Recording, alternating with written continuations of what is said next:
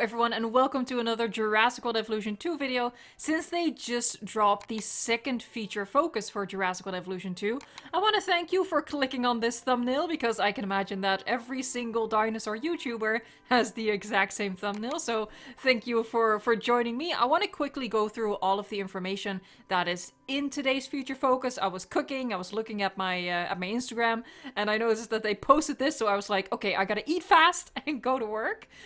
So this is a little bit unscripted, a little bit more spontaneous, but I hope that you'll enjoy it anyway. There are really, let me count, 1, 2, 3, 4 sections of information that we have to cover.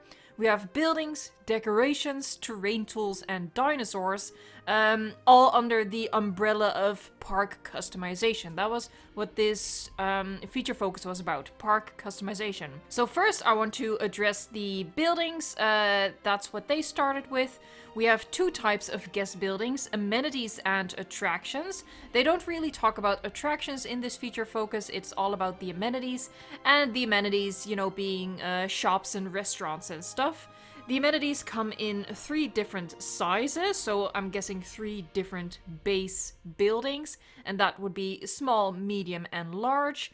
And we can put our own spin on these small, medium, and large amenities, and that's what the first section of the feature focus is all about. It's talking. We don't really see anything aside from what we see in this image and in the thumbnail. It's more of a text explanation of what we're going to be getting. And what we're going to be getting is 2 ways of customizing our buildings. Now, the first is an internal customization. And you might think, oh, are we going to go inside the buildings? Because that's what I thought. But no, that's not the case. With internal customization, they mean you can pick and choose the purpose of a building. So, is it a restaurant? Is it a clothes shop? Is it an arcade? And you can have like internal modules that serve these purposes. So based on what different types of guests want, you give them different types of amenities, different types of buildings. I think that's not necessarily the most exciting thing about this feature focus. I think the most exciting thing is the exterior. I do want to note an interesting quote from the feature focus article. They say, "From steakhouses for adventurers to bowling alleys for nature lovers, the choice is yours." And this sentence confuses me. It makes me ask more questions than it answers. Are steakhouses inherently attractive to adventurers, and do nature lovers really gravitate towards bowling alleys? I wonder where the connection is, or maybe I need to go deeper. Maybe it's a steakhouse with an adventurous twist that makes it suitable for adventurers, and maybe it's a bowling alley with a natural twist that you can customize for nature lovers. I don't know yet how that's gonna work, because I think the extent is you can pick a steakhouse or bowling alley. I don't think you can make a bowling alley specifically attractive to nature lovers. I think that's just something that, you know, they sort of randomly decided, maybe, that bowling alleys are for nature lovers. That's not the first thing that comes to mind, but that's not important. Let's get to the important bits, and that's the visual customization, which is something that we've been salivating over and theorizing over for a very long time. I will say it works, as far as we know so far, it works pretty much as I had theorized. So the exterior can be customized with the click of a button, as they say. So it's not modular building. They have preset options for a number of categories. So the categories being what you can change, and that is the facade, the roof decorations, the entry and location of the entry, the signage, and the decorations of the building, like on the ground level, overall decorations. So those are the things we can change, and it's, like I said, it's not modular building, but, you know, you just have a little toggle that you can, you select the facade, and then you can pick maybe 3 or 4 or maybe more different types of facades, and then you click on the roof, and then you can pick different types of roofs, and so on and so forth. So you can mix and match pre-made or preset options that they have. But since we have so many categories, so we have facade, the roof decorations, entry, entry location, signage, and decorations. That's 7 categories, as I'm gonna call it. And even if we only get 3 or 4 preset selections within those categories, I mean, if you mix and match that, you're still gonna end up with a lot of variation between buildings. So that's really, really awesome. Now, the next level of customization is the coloration feature. So we can recolor the facade, the roof, the decorations, and even the lights. If a building is equipped with lights, I'm guessing it's one of the decorations you can choose, then even those lights are recolorable. And I don't know if you know me, but if you do know me, you know I get excited about recolorable lights, because I think lights play such a huge part in creating atmosphere. I lost my mind when Prehistoric Kingdom posted something about recolorable lights a long time ago. It's also one of my favorite things in Planet Coaster and Planet Zoo, you know, on the off chance that I play those games. I just love recolorable lights. It's such amazing to set the scene, you know, spoopy or romantic. I don't know, it just gets me really excited, as you can tell. But I think the biggest change that we'll be able to do is the recoloration of the facade and the roofs. And we kind of saw an example of that in older screenshots, where we have like this mint green, I think it's a movie theater. I'm not having the picture in front of me right now, but I think it was a movie theater, and it had like this mint green second floor, and there was like a purple building and an orange and blue building. So that's something that we'll be able to change for all of our buildings. And they don't mention it here, but they mention it somewhere else. I don't remember where. I just remember that it was in one of my weekly news update videos, that it's not just like you can pick out of 10 colors. No, you can pick the colors from a color wheel. So you can get super specific with your colorations, and you can go with different gradations of color, you know, different shades of purple, of blue, of whatever the frick you want. So that's really awesome. Like, all of those things combined is really going to give us a ton of customization options, or at least a ton of variation options.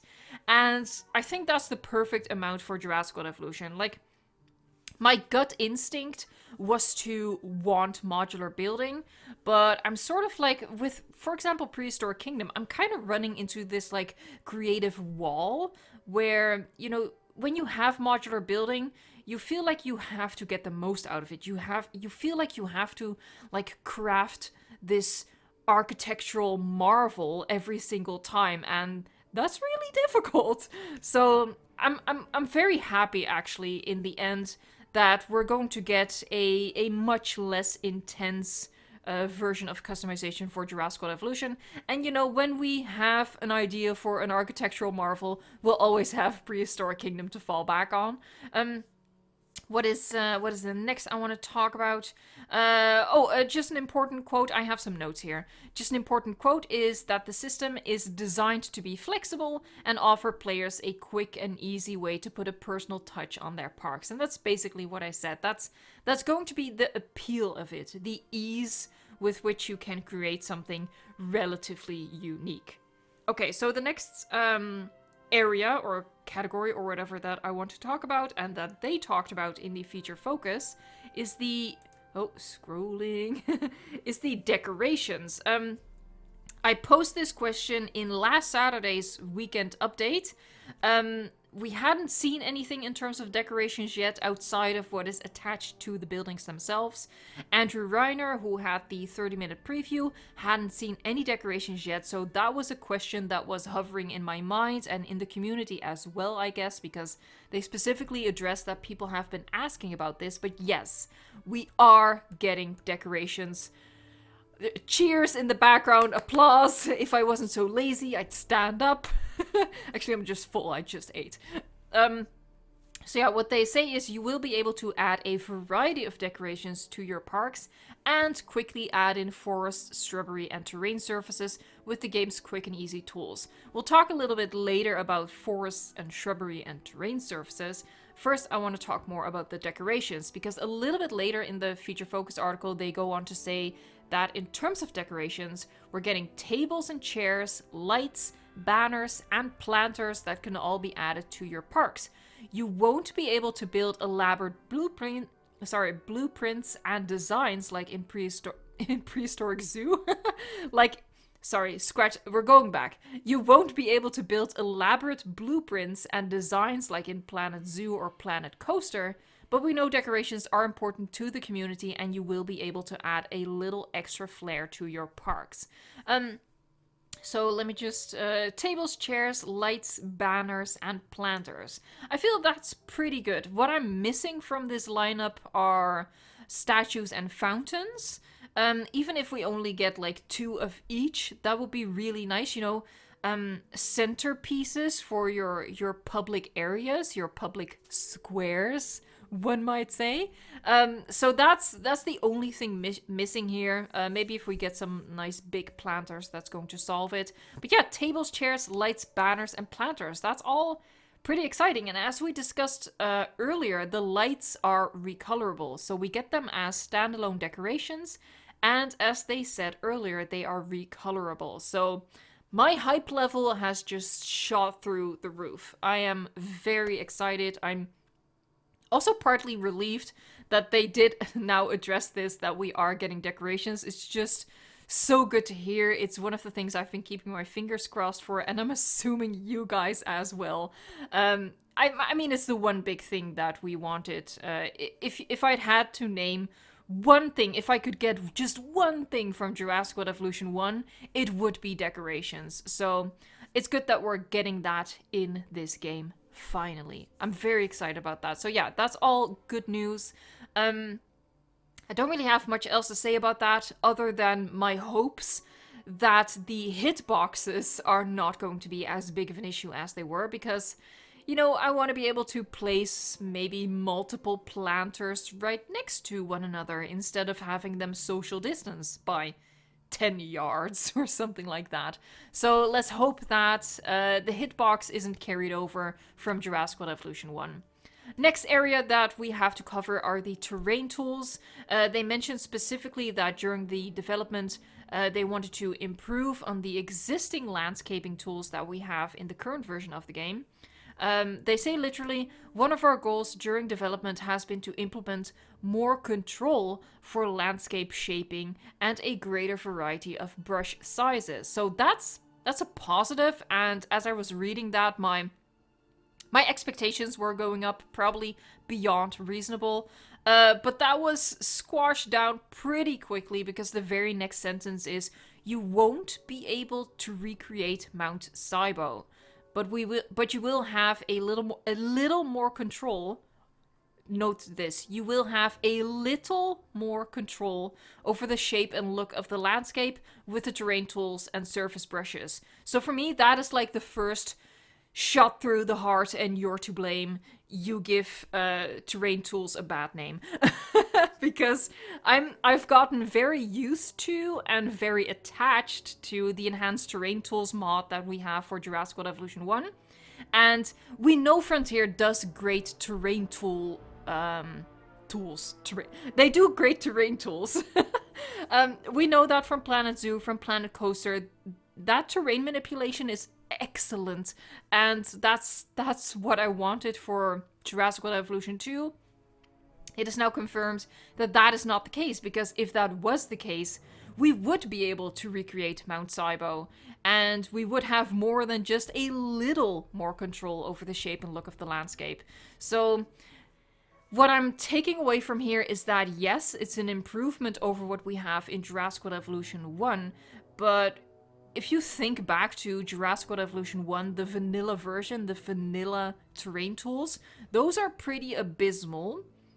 So if we get a little bit better than that, that's still kind of bad. Not gonna lie, that's still kind of bad. So I hope that they're just erring on the side of caution, and that a little more control, it might be an exaggeration, and maybe we'll get, you know, decent amount of more control. That's not English, but that's fine. Yeah, this is one of the bigger disappointments, I'd say, for the game. So we've had the no babies thing, and now we have the no amazing terrain tools thing. It's still not a deal breaker, but you know, it's definitely one of those things that that is just like a missed opportunity. I guess that's the best way to put it. And then I feel like baby dinosaurs is quite minor in the overall scheme of things, but the limited terrain tools coming back, even if they are a little less limited, that's a big missed opportunity, I think. Because as I've always said, like literally always, I think, dinosaurs are epic and they deserve epic landscapes. So keeping my fingers crossed for those rock decorations and stuff not having a hitbox, so we can still get some sort of epicness out of that. They go on to say, surface brushes let you paint the terrain with sand and rocks to mud and gravel. I think that sentence is missing 2 words. I think they meant to say, surface brushes let you paint the terrain with anything from sand and rocks to mud and gravel.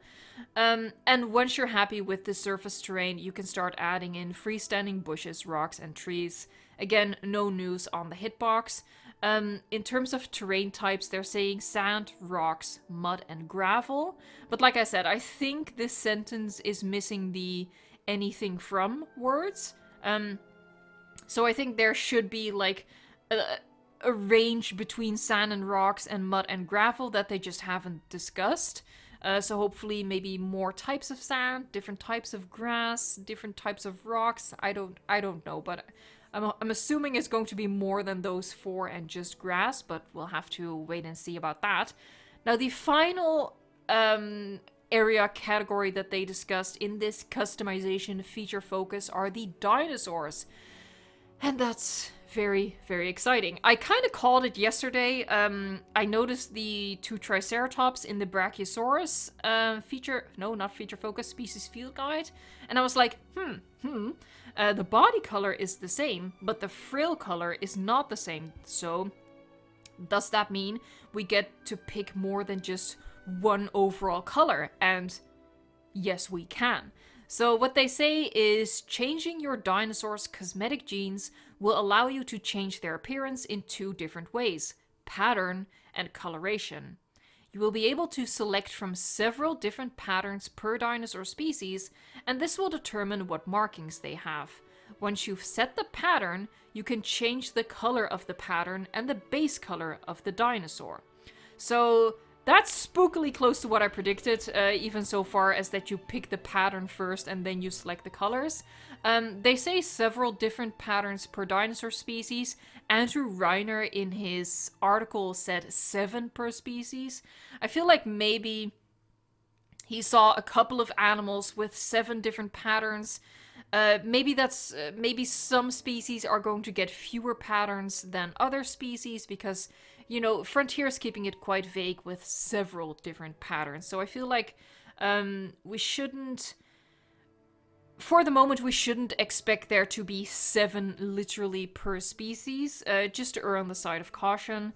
But yeah, so we pick our pattern. I'm guessing somewhere between 4 and 7 different patterns per species, maybe. And then what we do next is we change the color of the pattern itself. So, for example, for the Triceratops, that would be the striping and the frill. And then we pick the base color of the dinosaur, and that's, you know, every other inch of the dinosaur. And there's going to be some color variation within that. You know, obviously, if you make a dinosaur gray, it's still going to have that color variation within the gray. It's going to be dark gray on top, light gray on the bottom. You know, that counter shading that pretty much every dinosaur has as we've seen so far. So it's not good. It's not just going to be a solid block of color. There is still going to be a little bit of variation, a little bit of life to it. And then we can also pick the color of the patterns. So that's really, just the amount of different dinosaurs that you can make just grew exponentially. Because we pick the pattern, we pick the pattern color, and we pick the base color. So assuming that pattern color and base color approach the 12 color options that Andrew Reiner said we'd have, times these 7 patterns, up to 7 patterns, I'd say, that we get for each dinosaur. My God, that's a lot of different looking dinosaurs. That is so exciting. honestly, it makes up for the terrain tools thing, okay? It makes up for the terrain tool thing. I'll give you a pass. I'm just very excited right now. I wanted to bring you that excitement. I wanted to bring you the news. If you're like me, you probably can't get enough of Jurassic World Evolution 2. I'll probably never be the quickest when it comes to getting these videos out. I'm sorry, but I hope that you'll still get something out of my videos, and if you do, please leave a like, and if you want to see more of this, please consider subscribing to the channel. Alright, I'm gonna leave it at that. Thank you so much for watching, and until next time, enjoy the anticipation!